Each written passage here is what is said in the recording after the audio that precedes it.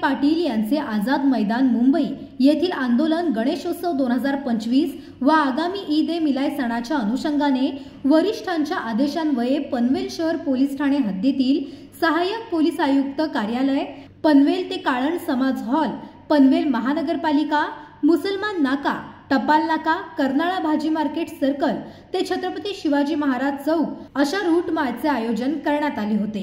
सदर route march करिता श्री भाऊसाहेब ढोले, सहाय्यक पोलीस आयुक्त पनवेल विभाग तसेच पनवेल शहर, खांदेश्वर व पनवेल तालुका पोलीस ठाणे कडील 7 पोलीस निरीक्षक, 10 सहाय्यक पोलीस निरीक्षक, पोलीस उपनिरीक्षक, 83 अंमलदार, झोन 3 स्ट्रायकिंग गाडीसह 10 अंमलदार व 1 able mobile, 3 Peter mobile, 2 mobile van गाड्यांसह परिसरातील महत्त्वाच्या ठिकाणी रूट मार्च दरम्यान पायी भेटी देऊन त्यांना परिसर व परिस्थितीची माहिती देण्यात आली। आगामी गणपती विसर्जन आणि ईद ए मिलादच्या मिरवणूक त्या अनुषंगाने पनवेल शहर व खांदेश्वर पोलीस स्टेशन हद्दीमध्ये आगामी हा रूट मार्च घेत आहोत। या रूट मार्चच्याद्वारे आम्हाला हा संदेश द्यायचा आहे की आमचं पोलीस फोर्स हा सर्व दृष्टीने तयार आहे।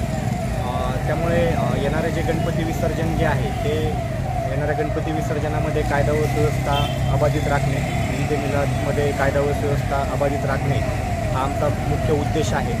त्या अनुषंगाने हा रूट मार्च काढण्यात आलेला आहे आणि या रूट मार्चच्या अनुषंगाने मी सर्व जनतेला हे आवाहन देखील करतो की येणारं गणपती विसर्जन आपण शांततेने गणपती विसर्जन मिरवणूक साजरी करावी, तसेच ईद ए मिलाद मिरवणूक साजरी करावी। 3 पोलीस स्टेशनचे साधारणतः 20 अधिकारी आणि 125 कर्मचारी या रूट मार्चमध्ये आहेत। तसेच आमच्या 7 ते 8 पोलीस व्हेकल या देखील या रूट मार्चमध्ये आहेत।